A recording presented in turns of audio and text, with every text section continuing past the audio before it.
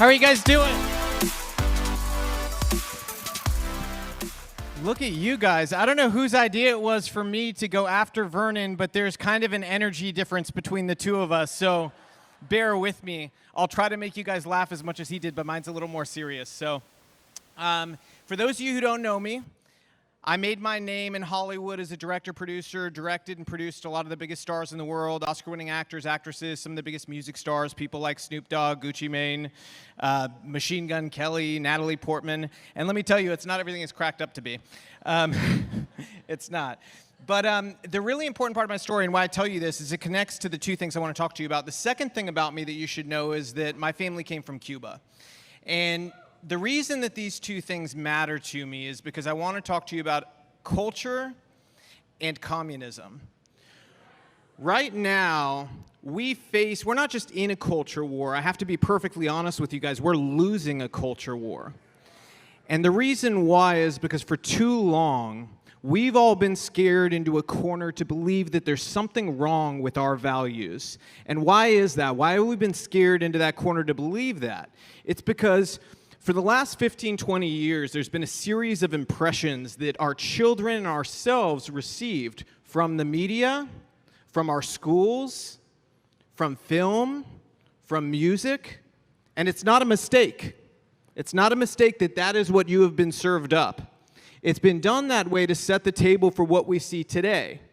Today, we have not an American president, we have the first president of the United States of America who is beholden to China, not to the American people. We got here as a product of those impressions that were made over time on each one of us. So to jump into the communism part of this, my family in Cuba, they experienced this once before. That's why I tell people I am a siren. I'm a siren now warning people, this has happened before. This is not the first time that these people have done this.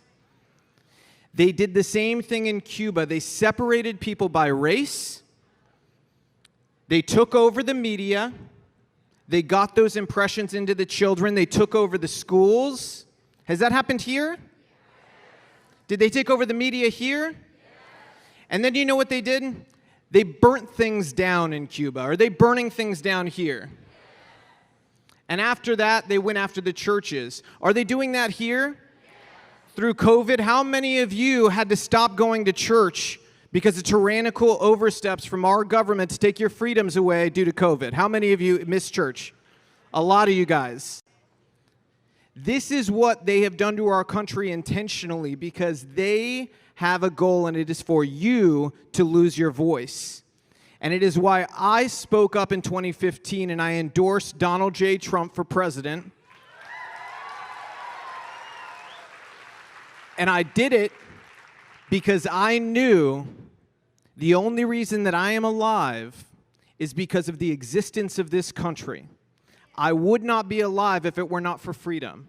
And I think 20 years from now, I hope that I'm able to meet a kid who is alive because freedom existed still in America. But if we don't stand up, if we don't do what's required of us, that freedom will not be here. Freedom is not a guarantee. Freedom has been guaranteed by great men and great women over the hundreds of years that we have been a country. It is now our job to guarantee that freedom for the next generation.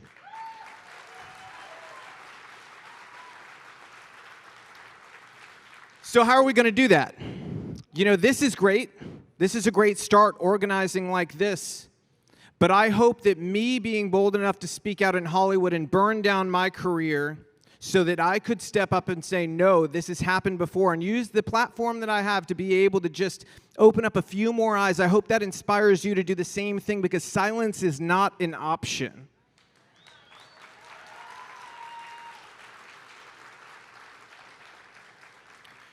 And so our great mission now is broadening our party out. President Trump did this. He did a fantastic job making inroads with different communities.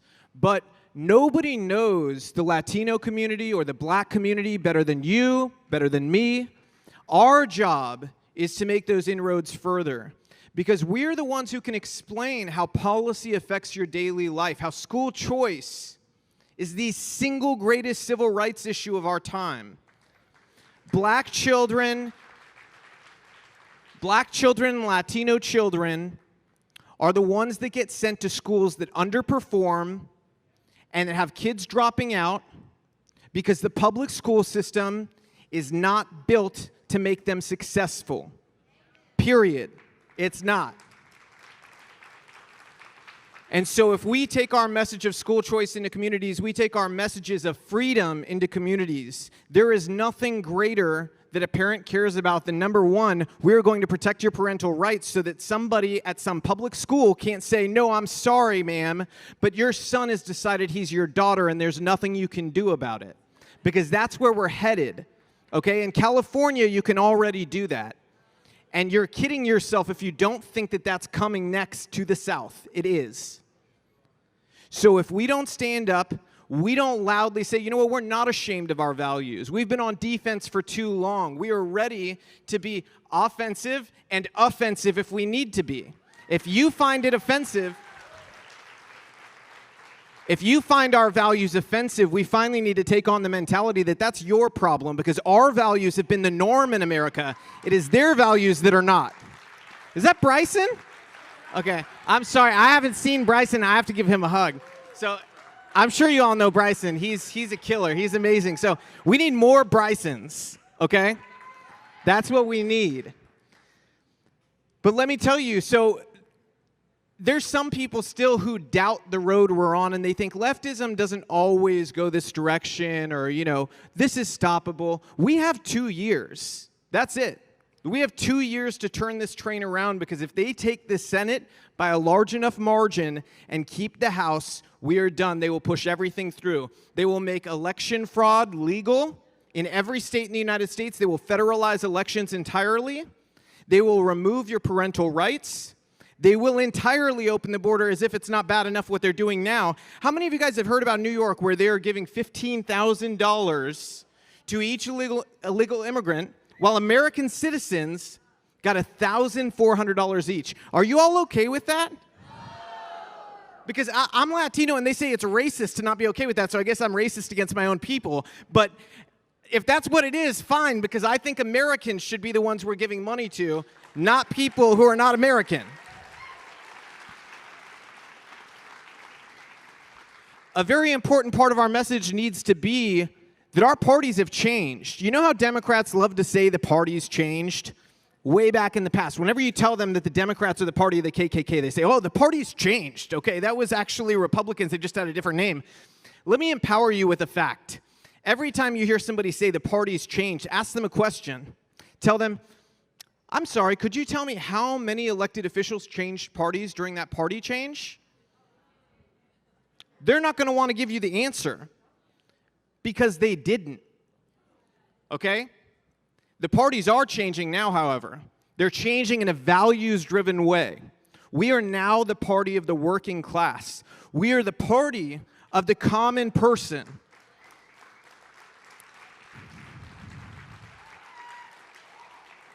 The corporatism of the Mitt Romneys of the world is gone. It is in its grave, and we have kicked as much dirt on it as we can. We do not fight for corporations, we fight for people.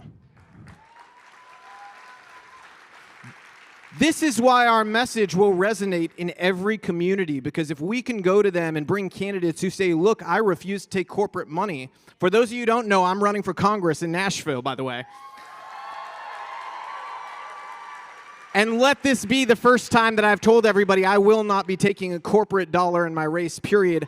I will be fully funded by the people, and that is it, because that is who I answer to. I don't answer to Walmart.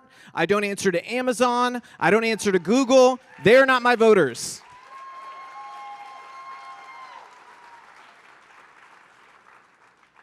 So you guys, you're why I'm running, though. You know, a lot of people would say it was a ridiculous thing for me to do, to burn down a career that most people dream of doing. But my dream is for my kids to be free. They're here tonight. And My dream's not Hollywood. It's not to get an Oscar. In fact, I never went to an award show that I was even nominated for or won because that was never my goal. My goal was my kids, my family, and I think that's what your guys' goal is too, to live a good life with your family.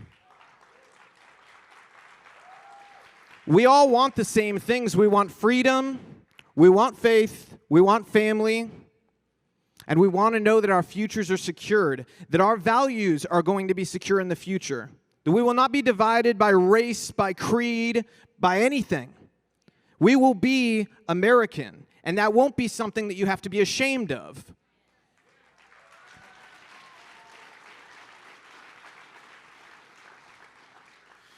So I do have something to ask of all you. When you leave here today, this is amazing, and I'm sure some of you are already doing it, but I have to be really honest with you. The strength of the left is organizing. They are the best organizers. And to get stronger, to be a warrior, you have to be able to look in the mirror and know your weakness. Our weakness is organizing. We don't have enough people who get out, organize, and who take on leadership positions. So I want you to look in the mirror when you leave here today and know that you are the change we need. We need you to form your own groups.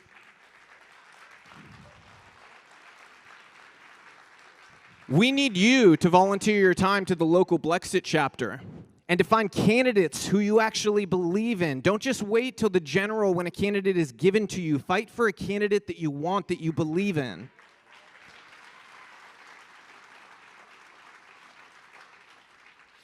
And now I want to talk to you guys about culture, because I can tell you this. There has been a grooming of a generation going on. How many of you guys know Lil Nas X? Unfortunate, right? Okay, so this is just the latest example, and it's not just about him, okay? This is about recognizing a pattern, because I guarantee there's still people in this room who consume mainstream news, mainstream movies, mainstream music, and so I'm speaking directly to you. This is intentional what they do. They plan this in executive rooms. There is a bait and switch, okay? First, we'll start with Lil Nas X, okay? But he's not alone. They started with Old Town Road for a reason.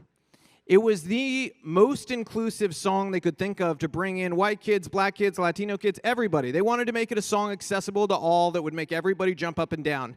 They sent Lil Nas on a tour at elementary schools for a reason. His subscriber base on YouTube is majority minors. I know this. I challenged him and his record label to release the analytics, and they wouldn't. They wouldn't for a reason, because what they do is they hook kids in, they get them to subscribe on purpose, and then the switch comes. And now his latest video that he sent to all of those children is him simulating, I don't even want to say, there's probably kids in here, but you guys all know what he did with Satan. I mean, it was disgusting. It's disgusting, no matter, even if you're not religious, it's disgusting just in terms of what you want to message to a child, what example you want to set. But like I said, he's not alone, and this isn't new. Look at Miley Cyrus. She used to be Hannah Montana, and every Christian family in America let their kids watch it. Because they thought, it's safe, she's sweet, she's from a country family. What do we have to lose? Within a couple months, she was out on stage on tour. You bought your daughter's tickets, and she was dancing around on stage, gyrating with all types of disgusting things on her stage with her, doing drugs. They do it on purpose. And then they send your kids to institutions, to colleges. I call them institutions because that's what they really are. They send your kids to college to learn how to hate you. And you know what? Parents pay for it. You pay for your own children to hate you. So this is a time for choosing. Ronald Reagan, in fact, he said that once, said there's a time for choosing, and the older people in the room will know this speech, and it's something that always resonated with me because of the Cuba factor in it. In that speech, A Time for Choosing, he told people about a story. He said, I knew two businessmen, and they were talking to this Cuban refugee, and they were listening to his story, him talking about his escape from Cuba and how difficult it was and how amazing America was. And one businessman turned to the other businessman, and he said, we don't know how lucky we are. And the Cuban turned to them both and said, how lucky you are. I had somewhere to go. And Ronald Reagan said that told the entire story, because it was at that moment that they all realized they had nowhere to go. And that is what we need to open eyes to, is that we don't have anywhere else to go. There is not a beacon of freedom somewhere else in the world that is waiting to save us. This is the place where someone like me can go from the child of a penniless refugee in one generation to achieving the American dream, having an amazing, beautiful family, and being able to run for Congress in this country. That doesn't happen anywhere else.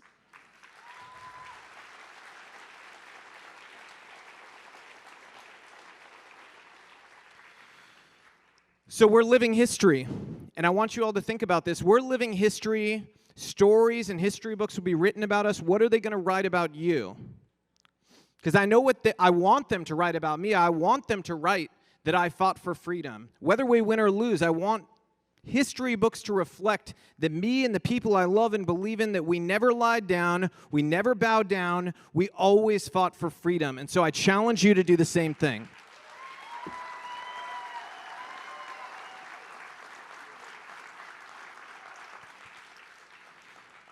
One last thing, this was totally unplanned. Somebody asked me about gun control. And so I had to jump to this, especially because I heard Vernon talking about it. And so I just want to address gun control real quick, okay? How many of you guys are familiar with the Tennessee Holler? Okay? They're like the far left News Oregon, Tennessee, okay? They recently wrote to me because I was excited about us being able to have a bill where people can concealed carry without a permit. I believe that that's what the Constitution entitles us to. They wrote back to me saying, Robby, this is irresponsible. Do you realize that 5 places in Tennessee are on the 65 most deadly list? And I said, oh, wow, I didn't realize that. Could I ask you a question? They were like, sure. Who's the mayor in those cities? They didn't answer, but I answered. The mayors in those cities are all Democrats. That's what they have in common. And so directly after this conversation, somebody else says to me, and this is another, one of the blue check mark leftists who never get suspended or bounced off of any of these social media sites, they tell me more guns equals more death. And I said, okay. Explain this, and this is arming everybody with facts who doesn't know this. In the 17 counties that have the most guns per capita, anywhere from 48% to 65% of their citizens have at least one gun. In those 17 counties, I checked out the violent crime rates. What do you guys think they were? Way below average. Not one of them was at average or above average. All 17 of them were way below average. So guns are clearly not the problem. In fact, we've had these guns for 60 years. That's another thing that blows Democrats' minds. We've had AR-15s available to consumers for 60 years. We didn't used to have people showing up at malls, at movie theaters, at schools, shooting people. It didn't happen. So what changed in 60 years? Because it wasn't the guns, it's the culture. Our culture is rotten.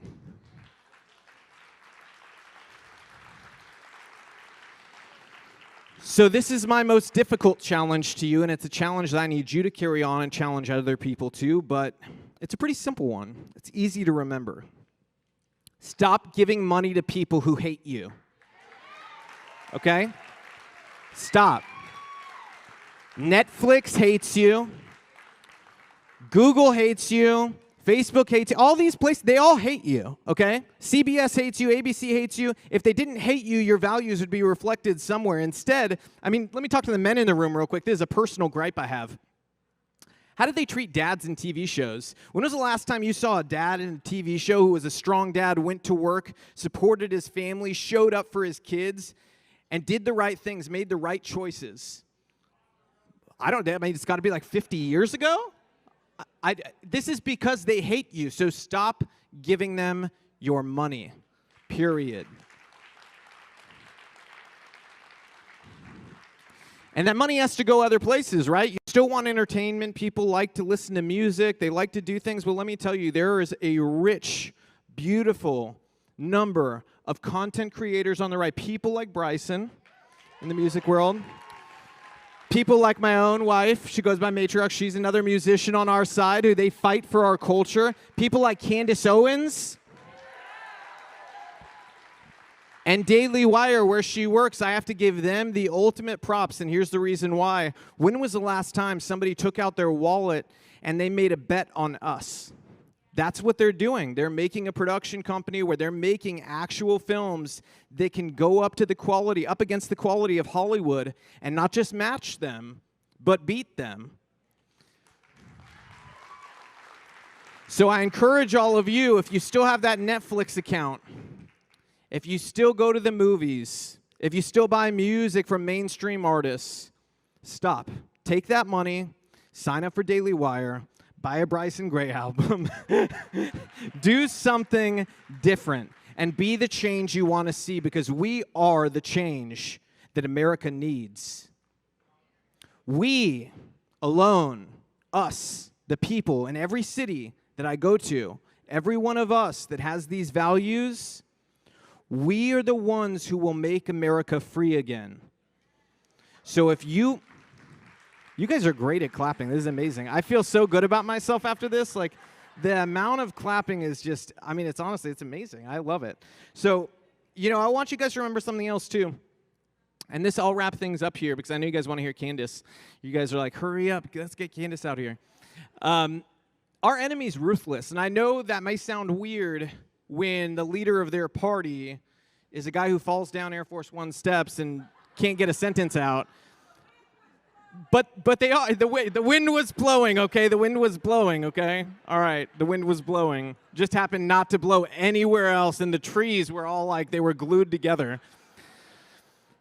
So, no, but they're ruthless, they're cunning, and they will do everything, and I mean everything, to take this country, and that is exactly what I was about to say. And don't you dare be afraid of them.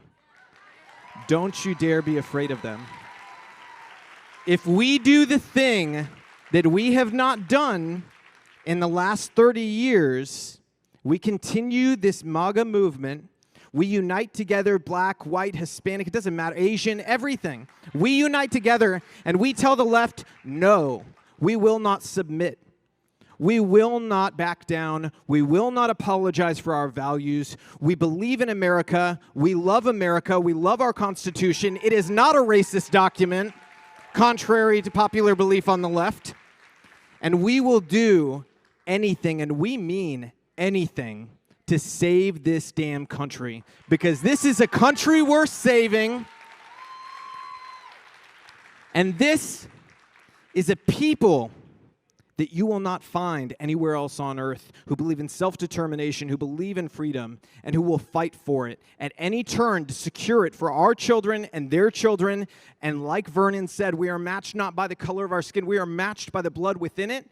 And we will stand together through this election. We will win again, and we will stop these people. But we need to work together. So I hope all of you do your part, fight for America, and let's make America free again. Woo!